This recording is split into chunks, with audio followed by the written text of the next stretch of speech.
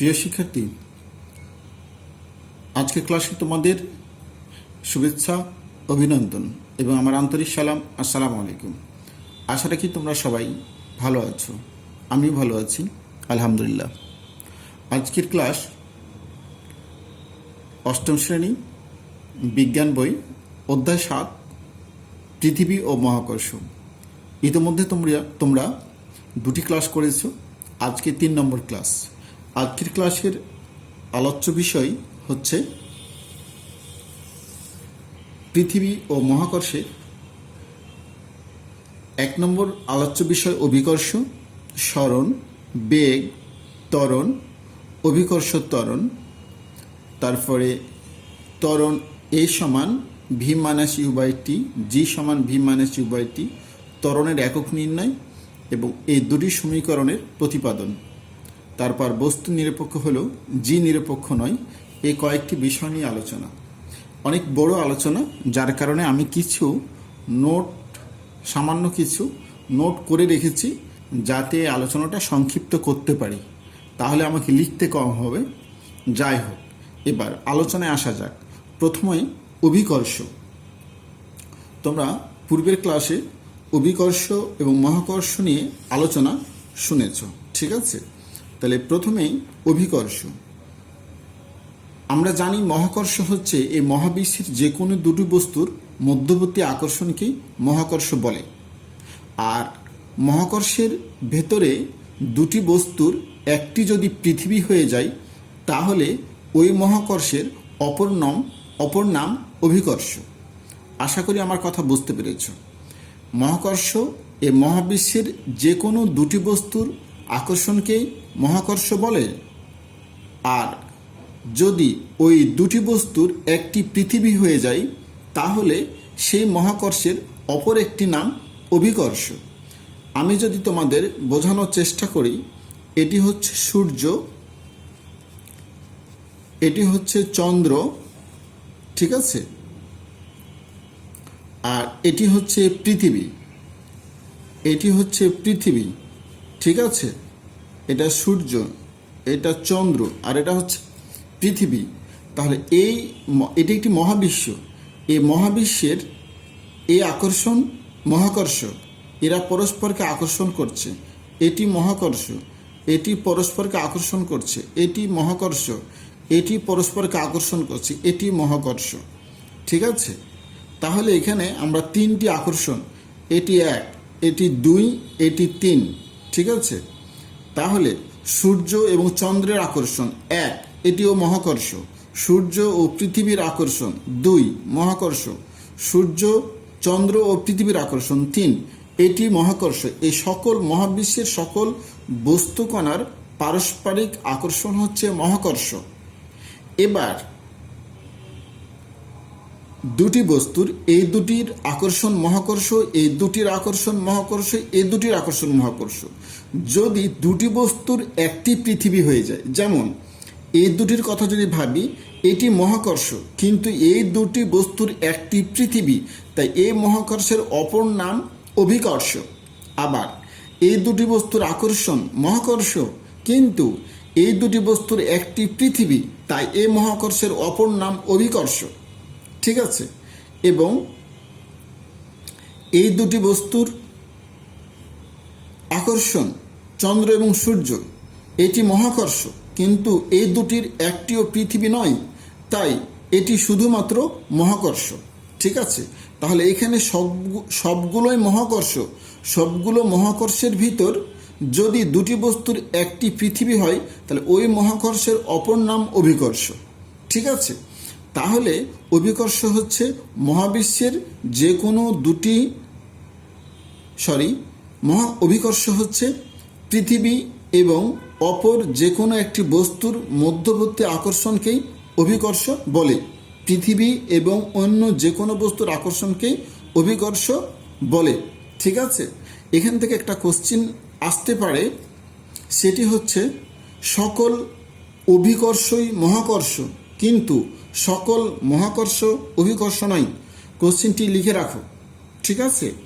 আচ্ছা, এটির অ্যান্সার কি করে করবা? প্রথমে মহাকর্ষের সংজ্ঞা লিখবা। মহাবিশ্বের যে কোনো দুটি বস্তুর আকর্ষণকে মহাকর্ষ বলে। তারপর অভিকর্ষের সংজ্ঞা লিখবা। অভিকর্ষের সংজ্ঞা লিখবে পৃথিবী এবং অন্য যে কোনো বস্তুর মধ্যবর্তী আকর্ষণকে অভিকর্ষ বলে। তারপরে লিখবা অর্থাৎ উক্ত সংজ্ঞা থেকে প্রতীয়মান হয় যে সকল অভিকর্ষই মহাকর্ষ, কিন্তু সকল মহাকর্ষ অভিকর্ষ নয়। এখানকার সবগুলোই মহাকর্ষ, কিন্তু এখানকার সবগুলো অভিকর্ষ নয়।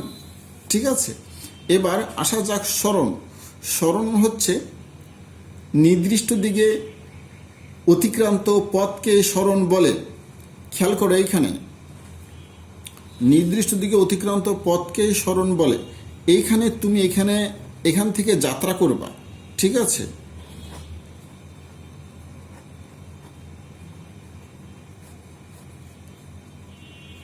তুমি এখান থেকে যাত্রা শুরু করেছো, নির্দিষ্ট দিকে যাত্রা করেছো, তাহলে এই পথের নাম, এই রাস্তার নাম হচ্ছে সরণ। তুমি যত দূর যাও তোমার মোট চলার পথ হচ্ছে সরণ। আবার তুমি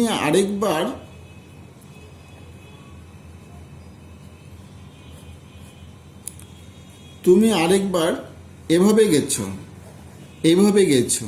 এভাবে, তাহলে এটিও চলার পথ, কিন্তু এটি নির্দিষ্ট দিকে নয়। এটিও চলার পথ, কিন্তু এটি নির্দিষ্ট দিকে। তোমার চলার পথ যদি নির্দিষ্ট দিকে হয়, তাহলে সেই চলার পথ বা অতিক্রান্ত দূরত্বকে সরণ বলে। ঠিক আছে, আর তোমার চলার পথ যদি নির্দিষ্ট দিকে না হয়, আঁকাবাঁকা হয়, তাহলে এটি সরণ হবে না। এটি সরণ নয়, এটি শুধু অতিক্রান্ত দূরত্ব। এটিও অতিক্রান্ত দূরত্ব, এটিও অতিক্রান্ত দূরত্ব, কিন্তু এই অতিক্রান্ত দূরত্বের নির্দিষ্ট দিক আছে, এই অতিক্রান্ত দূরত্বের নির্দিষ্ট দিক নাই। তাই এই প্রথম অতিক্রান্ত দূরত্বের আরেকটি নাম হচ্ছে সরণ। তাহলে নির্দিষ্ট দিকে অতিক্রান্ত পথ বা নির্দিষ্ট দিকে অতিক্রান্ত দূরত্বকে সরণ বলে। এই সরণকে এস দ্বারা প্রকাশ করা হয়। ঠিক আছে, আশা করি বুঝতে পেরেছ সরণের সংজ্ঞা। এবার হচ্ছে বেগ। বেগ হচ্ছে সরণের হারকে বেগ বলে। সরণের হারকে বেগ বলে। সরণের হার বা একক সময়ের সরণ। খেয়াল করো, তুমি এখান থেকে যাত্রা শুরু করেছো, এই যাত্রা তুমি এখান থেকে 1 সেকেন্ডে, এই পথটুকু 1 সেকেন্ডে গেছো, তাহলে এই পথের, এই সরণের অপর নাম বেগ। এখান থেকে তুমি আবার এখানে 1 সেকেন্ডে গেছো, এই রাস্তাটুকের নাম বেগ বা এই সরণটুকের নাম বেগ। এখান থেকে তুমি আরেকটু গেছো, 1 সেকেন্ডে গেছো, এটুকের নাম হচ্ছে বেগ। ঠিক আছে, অর্থাৎ একক সময়ের সরণকে বেগ বলে, অথবা সরণের হারকে বেগ বলে। কারণ একক সময়ের সরণ বা সরণের হার একই কথা। একক সময়ের সরণ বা সরণের হার একই কথা, একই অর্থে দুটি ভিন্ন সেন্টেন্স বা বাক্য। ঠিক আছে, তাহলে একক সময়ের সরণ অথবা সরণের হারকে বেগ বলে। ঠিক আছে, আচ্ছা, তাহলে বেগ মানে বুঝতে পেরেছ, একক সময়ের সরণ বা সরণের হারকে বেগ বলে। তাহলে সরণ মানে নির্দিষ্ট দিকে মোট অতিক্রান্ত পথ, যত দূর যাবা সেই পথের নাম সরণ। আর 1 সেকেন্ডে যতটুক পথ যাবা অতটুক পথের নাম বেগ। এই সরণটুকের নাম বেগ, ভি, এটুকের নাম বেগ। আর এই টোটাল রাস্তা, টোটাল পথের নাম হচ্ছে এস বা সরণ। ঠিক আছে, আচ্ছা, এবার চলে যাই ত্বরণ। ত্বরণ হচ্ছে বেগ বৃদ্ধির হারকে ত্বরণ বলে, বা একক সময়ের বেগের বৃদ্ধিকে ত্বরণ বলে। খেয়াল করো, তুমি এখান থেকে এখানে 1 সেকেন্ডে গেছো, এটুক হচ্ছে একটা বেগ। এটুক ধরে নাও যে 1 মিটার। এবার তুমি পরের 1 সেকেন্ডে এতটুক গেছো, এটুক হচ্ছে ধরে নাও 1.5 মিটার। ঠিক আছে, তাহলে তুমি প্রথম 1 সেকেন্ডে 1 মিটার, পরের 1 সেকেন্ডে 1.5 মিটার। তাহলে তুমি বলো প্রথম সেকেন্ডে যতদূর গেছো দ্বিতীয় সেকেন্ডে কতটুক বেশি গেছো, 0.5 মিটার বেশি গেছো।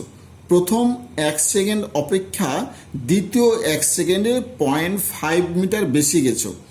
তাহলে তোমার প্রথম 1 সেকেন্ডের বেগ হচ্ছে 1 মিটার, দ্বিতীয় 1 সেকেন্ডের বেগ হচ্ছে 1.5 মিটার।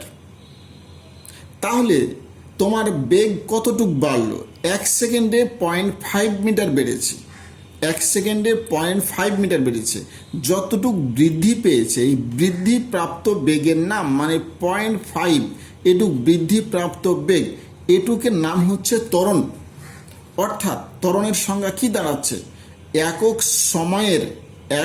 সময়ের বেগের বৃদ্ধিকে ত্বরণ বলে, অথবা বেগ বৃদ্ধির হারকে ত্বরণ বলে। তুমি যদি এইখানে 1 সেকেন্ডে 5 মিটার যাও, পরের 1 সেকেন্ডে 6 মিটার গেছো, তাহলে 1 সেকেন্ডে 5 মিটার এটা হচ্ছে বেগ, 1 সেকেন্ডে 6 মিটার এটা হচ্ছে বেগ। তাহলে প্রথম 1 সেকেন্ড অপেক্ষা পরের 1 সেকেন্ডে 1 মিটার বেশি গেছো, ওই 1 মিটারের নাম হচ্ছে ত্বরণ। তাহলে বেগ, একক সময়ের বেগের বৃদ্ধি বা বেগ বৃদ্ধির হারকে ত্বরণ বলে। ঠিক আছে, খেয়াল করো, ত্বরণ একক সময়ের বেগের বৃদ্ধি বা বেগ বৃদ্ধির হারকে ত্বরণ বলে। আচ্ছা, এবার হচ্ছে অভিকর্ষ ত্বরণ। অভিকর্ষ ত্বরণ একই বিষয়, যদি ত্বরণটা মুক্তভাবে পড়ন্ত বস্তুর ক্ষেত্রে হয়। ঠিক আছে, একটি বস্তু উপরে আছে, এই বস্তুটা, এটা পৃথিবী, এটা হচ্ছে পৃথিবী, এই বস্তুর উপর থেকে নিচে পড়ছে। তাহলে প্রথম 1 সেকেন্ডে 5 মিটার, পরের 1 সেকেন্ডে 7 মিটার। তাহলে পড়ন্ত বস্তুর ক্ষেত্রে প্রথম 1 সেকেন্ডে 5 মিটার এটুক বেগ, পরের 1 সেকেন্ডে 7 মিটার এটুক বেগ। তাহলে প্রথম 1 সেকেন্ড অপেক্ষা পরের 1 সেকেন্ডে কয় মিটার বেশি গেছে? 2 মিটার। এই 2 মিটারের নাম ত্বরণ। এবং এই বেগটা কেন বাড়ছে? পৃথিবী তার কেন্দ্রের দিকে অভিকর্ষ বলের দ্বারা এই বস্তুটিকে নিচের দিকে আকর্ষণ করছে। ঠিক আছে, যার কারণে বস্তুটা যত নিচে আসছে তার বেগ তত বৃদ্ধি পাচ্ছে। তাহলে এই বস্তুটা মুক্তভাবে পৃথিবীর দিকে পড়ছে, পৃথিবীর আকর্ষণের কারণে এই বস্তুর বেগ প্রতি সেকেন্ডে বাড়ছে। তাই এই বস্তুর বেগের বৃদ্ধিটুককে বলা হচ্ছে অভিকর্ষ ত্বরণ। কারণ পৃথিবীর আকর্ষণটা হচ্ছে অভিকর্ষ বল, আর অভিকর্ষ বলের কারণে এই বস্তুটার বেগ প্রতি সেকেন্ডে বৃদ্ধি পাচ্ছে। তাই এই প্রতি সেকেন্ডের বেগের বৃদ্ধির নাম শুধুমাত্র ত্বরণ না হয়ে অভিকর্ষ ত্বরণ হয়েছে, কারণ অভিকর্ষ বলের কারণেই এই বস্তুর বেগ বৃদ্ধি পাচ্ছে। তাই এই বৃদ্ধিপ্রাপ্ত বেগের নাম অভিকর্ষ ত্বরণ। তাহলে অভিকর্ষ ত্বরণের সংজ্ঞা হচ্ছে মুক্তভাবে পড়ন্ত কোনো বস্তুর একক সময়ের বেগের বৃদ্ধি বা বেগ বৃদ্ধির হারকে অভিকর্ষ ত্বরণ বলে। ঠিক আছে, তাহলে অভিকর্ষ ত্বরণের সংজ্ঞা আমরা পেয়ে গেছি। এবার অভিকর্ষ ত্বরণের সমীকরণ নির্ণয়। ঠিক আছে, অভিকর্ষ ত্বরণের সমীকরণ নির্ণয়। খেয়াল করে এখানে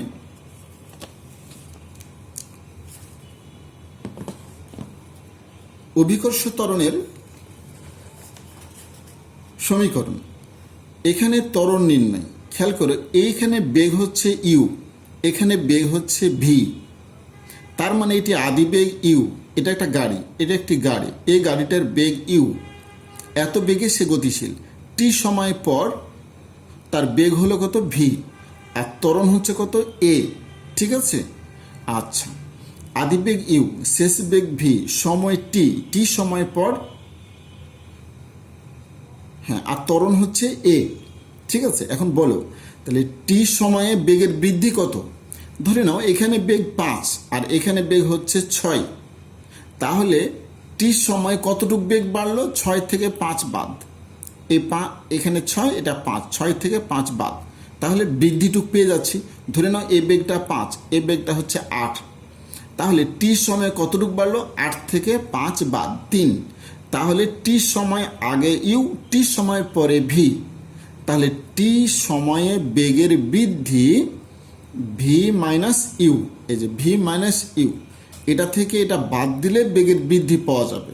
তাহলে টি সময়ে বেগের বৃদ্ধি ভি মাইনাস ইউ, তাহলে একক সময়ে বেগের বৃদ্ধি ভি মাইনাস ইউ বাই টি, এটির নিচে এক হলে এটি এদিকে এসে ভাগ হবে, ঠিক আছে। তাহলে খেয়াল করো, এটাও বেগের বৃদ্ধি, এটিও বেগের বৃদ্ধি, কিন্তু এটুক বেগের বৃদ্ধি কত সময়ে? টি সময়ে। আর এটুক বেগের বৃদ্ধি কত সময়ে? একক সময়ে। তাহলে একক সময়ের বেগের বৃদ্ধিকেই ত্বরণ বলে। তাহলে এইটুক হচ্ছে ত্বরণ, অতএব ত্বরণ এ সমান ভি মাইনাস ইউ বাই টি, এটুক হচ্ছে ত্বরণ। এই ঘটনাটি যদি পড়ন্ত বস্তুর ক্ষেত্রে হয়, এই বেগের বৃদ্ধি যদি পড়ন্ত বস্তু, অর্থাৎ উপর থেকে পৃথিবীর আকর্ষণ বলের কারণে কোনো একটি বস্তু পড়ছে, উপর থেকে একটি বস্তু নিচ দিকে পড়ছে, ঠিক আছে, এমনটি যদি হয়, তাহলে সেই ত্বরণটা হবে অভিকর্ষ ত্বরণ, এ না হয়ে জি লিখতে হবে, G equal to V minus U by T. তাহলে এটি হচ্ছে ত্বরণ নির্ণয়ের সমীকরণ। তাহলে এইভাবে ত্বরণ বের করতে পারবে। এবার খেয়াল করো একক নির্ণয়। তাহলে ত্বরণ জি সমান ভি মাইনাস ইউ বাই টি। তো ভি মাইনাস ইউ মানে কি? বেগের বৃদ্ধি বা বৃদ্ধিপ্রাপ্ত বেগ, ঠিক আছে। ভি মাইনাস ইউ মানে কি? বেগের বৃদ্ধি বা বৃদ্ধিপ্রাপ্ত বেগ। তাহলে বেগ সমান আবার বেগ সমান সরণ বাই সময়, বেগ সমান সরণ বাই সময়। অর্থাৎ আমি এখানে একটু তোমাদের বোঝানোর চেষ্টা করি যে, ধরে নাও যে এখান থেকে এতটুক রাস্তা, এটুক হচ্ছে এস, এটুক যেতে সময় লেগেছে টি। তাহলে তুমি কি লিখবা? টি সময়ে অতিক্রান্ত পথ হচ্ছে এস, ঠিক আছে। তাহলে একক সময়ে অতিক্রান্ত পথ হচ্ছে এস বাই টি।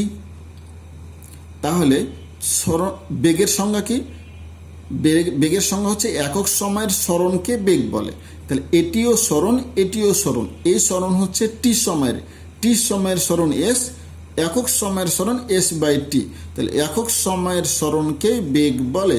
তাহলে বেগ সমান এস বাই টি, ঠিক আছে। বেগ সমান এস বাই টি মানে কি? এস বলতে সরণ আর টি মানে কত? সময়। তাহলে এটিও একটি সমীকরণ, নোট করে রাখবা, এটা লিখে বিস্তারিত লিখে রাখবা যে বেগ সমান সরণ বাই সময়। তাহলে বেগের একক কি দাঁড়াবে? সরণের একক হচ্ছে মিটার, আর সময়ের একক হচ্ছে সেকেন্ড। তাহলে বেগের একক হচ্ছে মিটার পার সেকেন্ড, এভাবে করে লিখতে হয়। অথবা তুমি লিখতে পারো মিটারে এম আর সেকেন্ডে এস, ঠিক আছে। অথবা লিখতে পারো মিটার, এসটা নিচে, ওই জন্য -1, এসটা কোথায়? নিচে, যে এম বাই এস, এসের পাওয়ার 1। এস যখন নিচে, এইটিকে যখন তুমি উপরে লিখতে যাবা তখন এই পাওয়ারটা মাইনাস হয়ে যাবে। এটাকে বলা হয় মিটার পার সেকেন্ড, ঠিক আছে। তাহলে বেগের সমীকরণও হয়ে গেল, বেগের এককও হয়ে গেল, এটি নোট করে রাখতে পারো।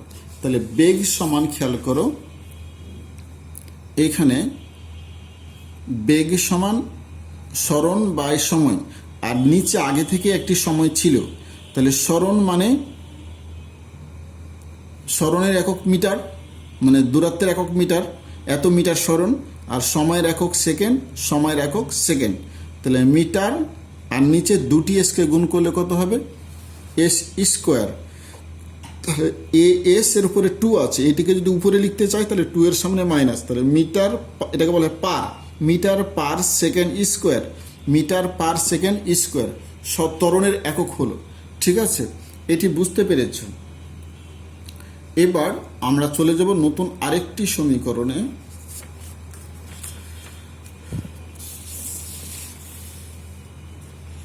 খেয়াল করো, এবার G equal to GM by D square বা জিএম বাই আর স্কোয়ার, আমরা এই সূত্রের হালকা প্রতিপাদন করে ফেলব। খেয়াল করো, এখানে আমরা এই সমীকরণটি ইতিপূর্বে প্রতিপাদন করেছি, তাই না? আচ্ছা, এইটি করি নাই,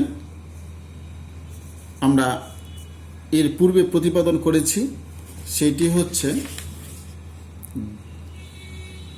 এফ সমান G M M by D square, এটি করেছি। ঠিক আছে, আচ্ছা, এবার এখান থেকে আমরা ওটি নিয়ে আসবো যে জি ইকুয়াল টু জি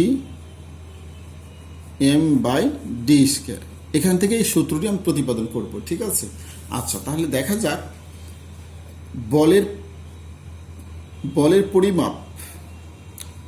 পরিমাপ থেকে পাই প্রযুক্ত বল সমান ভর গুণিত ত্বরণ।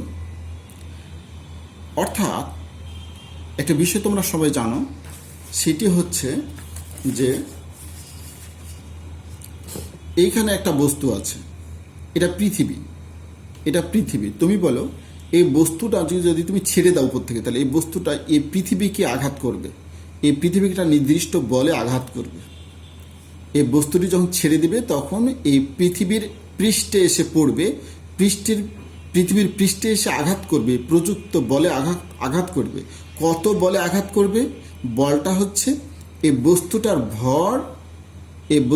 ভর আর পৃথিবী যে তার কেন্দ্রের দিকে অভিকর্ষ ত্বরণ টানছে, একটু আগে যেটি বুঝালাম, অভিকর্ষ ত্বরণ জি, এই অভিকর্ষ ত্বরণ। ঠিক আছে, এই বস্তুটি পৃথিবী কত বলে আকর্ষণ করবে, কত বলে আঘাত করবে, সেইটি হচ্ছে বস্তুর ভর আর অভিকর্ষ ত্বরণের গুণফলে যা হবে সেটি হচ্ছে প্রযুক্ত বল। অর্থাৎ বলের পরিমাপ সমান ভর গুণিত ত্বরণ।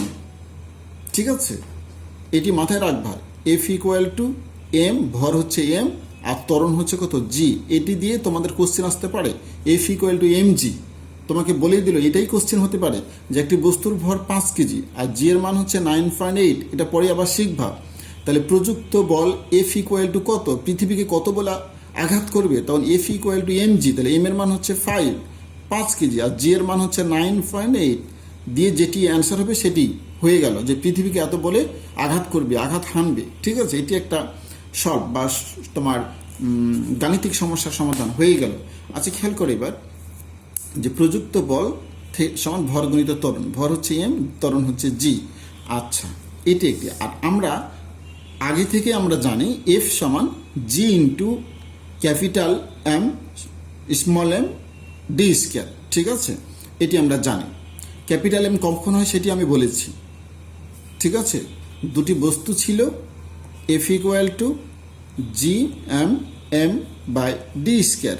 এখানে দুটি বস্তুর ভর ছিল, দুটি বস্তু, একটি M1 একটি M2। তো দুটি বস্তুর ভিতরে যদি একটি পৃথিবী হয়ে যায় তখন একটা বড় হাতের এম অর্থাৎ ক্যাপিটাল লেটার এম আর একটি ছোট হাত স্মল লেটার এম। ঠিক আছে, তাহলে এটি আমরা পূর্বে থেকে সমীকরণটি জানি। এখন এফ সমান কত, এম ক্রস জি। তাহলে এফ এর মান M cross G equal to G, এটি থেকে গেল, এটি বসে গেল এখানে।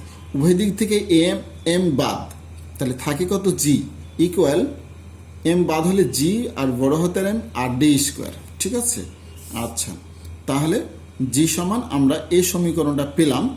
এখানে ডি এর পরিবর্তে আর নেওয়া হয়েছে। খেয়াল করো যে এখানে যখন বস্তুটি পৃথিবীর কেন্দ্র থেকে বা পৃথিবীর পৃষ্ঠ থেকে উপরে আছে, তখন বস্তু থেকে পৃথিবীর কেন্দ্রের এই দূরত্বটা হচ্ছে ডি। ঠিক আছে, বস্তু থেকে পৃথিবীর এই দূরত্ব হচ্ছে ডি। আর যখন বস্তুটি পৃথিবীর পৃষ্ঠে এসে উপস্থিত হবে, বস্তুটি যখন পৃথিবীর পৃষ্ঠে, যে দেখো পৃথিবীর পৃষ্ঠে এসে উপস্থিত হয়েছে, তখন পৃথিবীর কেন্দ্র থেকে বস্তুর দূরত্ব ডি কে আমরা আর লিখতে পারি, কারণ পৃথিবীটা একটা গোলক বা বৃত্ত আর পৃথিবীর কেন্দ্র থেকে তার পৃষ্ঠের এই দূরত্বটি হচ্ছে ব্যাসার্ধ বা রেডিয়াস, ক্যাপিটাল লেটার আর। তাহলে ডি এর পরিবর্তে আমরা আর লিখব কখন, যখন বস্তুটি পৃথিবীর পৃষ্ঠে অবস্থান করবে তখন আমরা ডি না লিখে আর লিখব। ঠিক আছে, আর কেন্দ্র থেকে যখন বা পৃথিবীর পৃষ্ঠ থেকে যখন উপরে থাকবে তখন আমরা ডি করব। তাহলে কখন ডি কখন আর সেটি বুঝতে পেরেছো। যদি পৃথিবীর পৃষ্ঠের বাইরে হয় তাহলে ডি, আর যদি পৃথিবীর পৃষ্ঠে হয় তাহলে আর। আচ্ছা, এবার এই সমীকরণ থেকে খেয়াল করো যে এইখানে কিন্তু পৃথিবীর ভর আছে, পৃথিবীর পৃথিবী এবং পৃথিবীর ভর আছে, পৃথিবী এবং বস্তুর মধ্যবর্তী দূরত্ব ডি আছে, অভিকর্ষ বল অভিকর্ষ ধ্রুবক জি আছে, অভিকর্ষ ত্বরণ জি আছে, কিন্তু বস্তুর ভর না। এই যে বস্তুর ভর এম এম এটি উভয় পক্ষ থেকে বাদ চলে গেছে, তাহলে বস্তুর ভর কিন্তু এখানে নাই। তার মানে এখান থেকে একটি কোশ্চেন আসতে পারে, সেটি হচ্ছে যে বস্তুর নিরপেক্ষ হলো, এখানে কি বস্তু আছে? বস্তু নাই। তাহলে অভিকর্ষ ত্বরণ কি বস্তুর ভরের উপর নির্ভরশীল? বস্তুর ভরের উপর নির্ভরশীল নয়। আমার কথাটা কি বুঝতে পেরেছো তোমরা? অভিকর্ষ ত্বরণ জি কি বস্তুর ভরের উপর নির্ভরশীল? এখানে তো বস্তুর ভর নাই, বস্তুর ভর ছোট হাতের এম অর্থাৎ স্মল লেটার এম নাই। তার মানে অভিকর্ষ ত্বরণ বস্তুর ভরের উপর নির্ভরশীল নয়। কিসের উপর নির্ভরশীল? পৃথিবীর ভর আর পৃথিবী আর বস্তুর মধ্যবর্তী দূরত্ব ডি, পৃথিবী আর বস্তুর মধ্যবর্তী দূরত্ব ডি এর উপর নির্ভরশীল। তো পৃথিবীর ভরও নির্দিষ্ট, জি এটিও ধ্রুবক। তাহলে শুধু কি বাকি থাকলো? দূরত্ব। কিসের দূরত্ব? পৃথিবী এবং তার বস্তুর মধ্যবর্তী দূরত্ব ডি। তাহলে জি এর মানটা কিসের উপর নির্ভরশীল? এগুলো বহু নির্বাচনী। অভিকর্ষ ত্বরণ জি কিসের উপর নির্ভরশীল?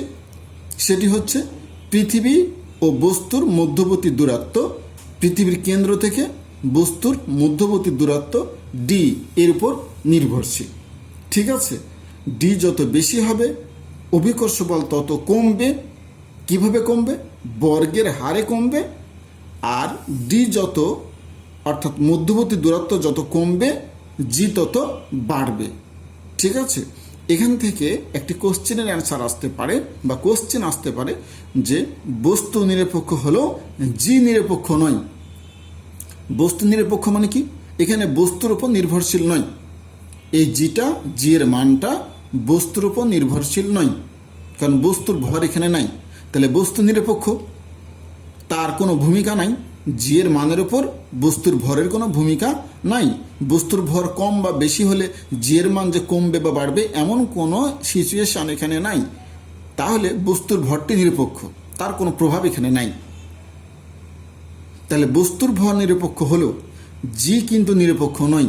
কেন জি নিরপেক্ষ নয়? কারণ জি এর মান কমছে বা বাড়ছে, বিধায় জি নিরপেক্ষ নয়। কারণ ডি এর মান বাড়লে জি বর্গের হারে কমে যাবে, ডি এর মান কমলে জি এর মান বর্গের হারে বেড়ে যাবে। ঠিক আছে? তাই এইখানে একটি কোশ্চেন যেটি আমি এখানে তোমাদের লিখে রেখেছি, বস্তু নিরপেক্ষ হলেও জি নিরপেক্ষ নয়। তখন তুমি কিভাবে অ্যান্সার করবা? তখন তুমি এই সমীকরণটি প্রতিপাদন করবে। এতদূর পর্যন্ত প্রতিপাদন করার পর তখন তুমি লিখবা এখানে বস্তু ভর এম অনুপস্থিত, তাই জি এর মানের ওপর বস্তুর ভরের কোনো প্রভাব নাই, তাই বস্তুর ভর নিরপেক্ষ। কিন্তু জি এর মান ডি এর কারণে পরিবর্তনশীল, তাই জি নিরপেক্ষ নয়। অ্যান্সার শেষ। ঠিক আছে? আজকের ক্লাস এখানে শেষ। ভালো থাকো, সুস্থ থাকো। সবাইকে অসংখ্য ধন্যবাদ। আল্লাহ হাফেজ।